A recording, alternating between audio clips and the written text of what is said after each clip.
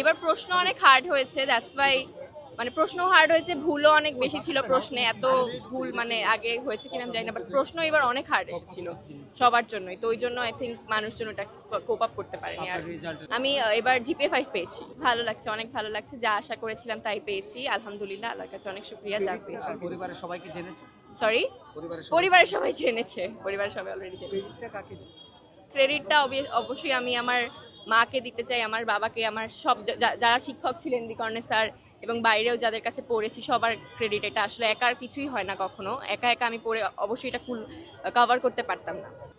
Nervousness তেমন ছিল না, বিকজ আসলে আমার রেজাল্ট নিয়ে অত টেনশন নেই। আমার মেইন কথা হচ্ছে রেজাল্ট যাই হোক, আমি যাতে একটা ভালো জায়গায় চান্স পেতে পারি, এটাই আমার মেইন গোল ছিল। So result Dhaka varsity.